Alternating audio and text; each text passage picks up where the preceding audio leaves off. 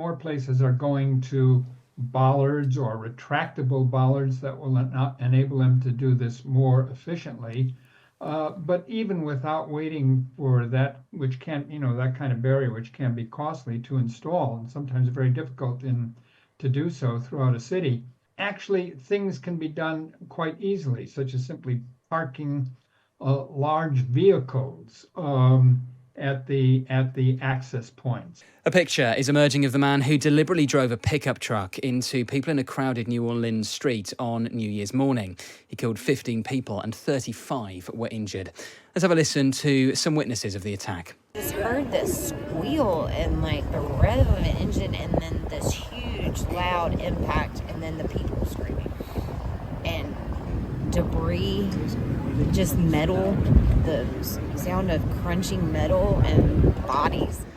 That's pretty horrible stuff, really, to witness and to be part of course. The FBI identified the attacker as Shamsuddin Jabbar, a US citizen from Texas. A YouTube video from 2020 has been found of him when he was working in real estate. And we think that hearing some of this gives you some idea, some insight into the man. Good evening. I'm Shamsuddin Jabbar. I just want to say hello and let you know a little bit about me. So I'm born and raised in Beaumont, Texas, and now live in Houston.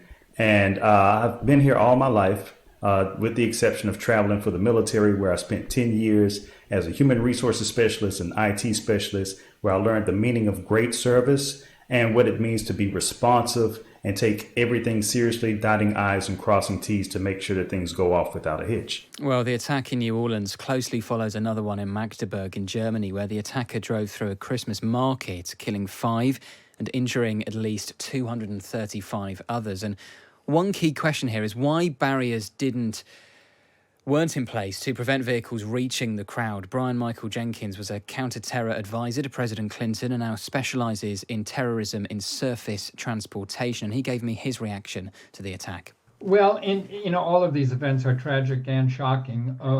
Not surprising. I mean, one of, I suppose, the downsides of being involved in continuing research on terrorism for many decades is that one becomes accustomed to events like this, and you find yourself reminding people that the terrorist threats remain a reality in this country. I mean, we were, I suppose, congratulating ourselves that we had made it through the recent presidential elections, the national elections, without incidents of violence, which many people were fearing.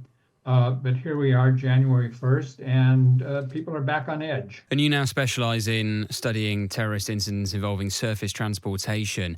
Is this sadly now a far more common means of executing a terrorist attack, using, for example, heavy goods vehicles, pickup trucks to drive into large crowds? It has become more common. Now, I want to be careful when I say that because these events are still statistically rare. It's not like ordinary automobile accidents that we see so many thousands of every year.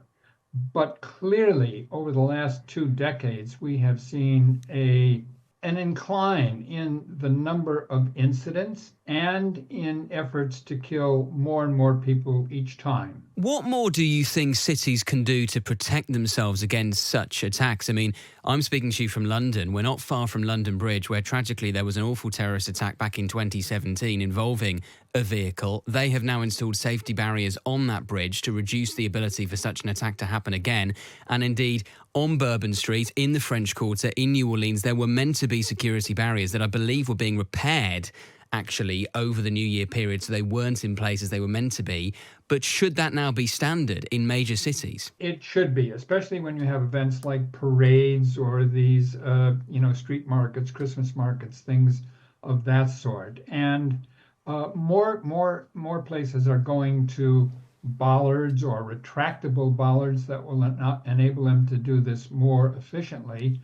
But even without waiting for that, which can, that kind of barrier, which can be costly to install and sometimes very difficult to do so throughout a city, actually things can be done quite easily, such as simply parking large vehicles at the access points. In this particular case, at least from what I'm reading in the media accounts of this, there was a vehicle blocking the street, but the driver simply pulled up on the sidewalk and went right around it. That wasn't an effective enough barrier, because if there's nothing to prevent that driver from jumping the curb and getting around the barrier, then it's ineffectual. If this is one of the new tactics being used by terrorist groups to attack innocent civilians, what more can we be doing in the US and all around the world where we see these terrible attacks? Because it's all very well saying, yes, you can have safety barriers in place, and obviously that is very important, but is there not more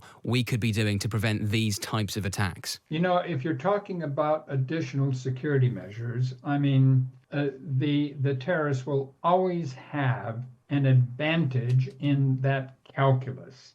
That is, terrorists can attack anything, anywhere, anytime. We cannot protect everything, everywhere, all the time. So they're going to have that advantage.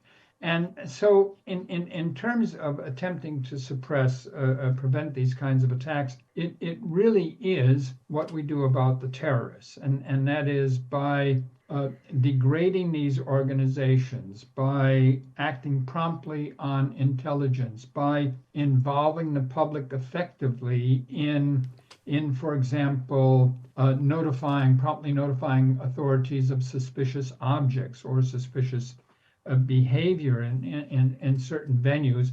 That can save lives. We can statistically demonstrate it, but it calls for the authorities and the public to remain alert to this problem. And every time we seem to start to relax, we get hit again, and people are reminded. And just finally, Brian, obviously the authorities are continuing to investigate, including whether the suspect was acting alone or with other people. What we do know is that he was found with an ISIS flag in his truck.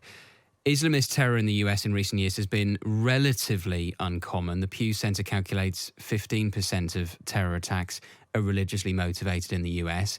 If this was religiously motivated, what do you make of this? Again, it should be no secret. I mean, both Al-Qaeda and Islamic State and some of the other organizations of extremist groups have indicated their determination to carry out attacks both in Europe and in the United States. They do so today not by recruiting in the traditional sense. I mean, if we go back to the 1970s, for example, if somebody was recruited into a terrorist organization, they joined a group underground. They were vetted because that group was worried about infiltrators or unreliable operatives. Today, these organizations recruit by exhortation. They can reach hundreds of thousands of people, potentially millions, on the internet. It is low yield ore, but they do occasionally find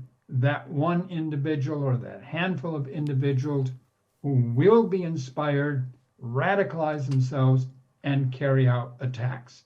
And that's what we're seeing now. It's more difficult to deal with, but as I say, it at least has gotten us to a certain level of progress in terms of defeating some of these potentially even more serious attacks, such as you mentioned airline hijackings, which can lead to devastation, as we saw on 9/11, sabotage of aircraft, as we've seen a number of times since 9/11, where commercial airliners are brought down by bombs. So in a sense, as we have blocked that particular level or register of violence, we are dealing with a much more diffuse problem at these lower levels.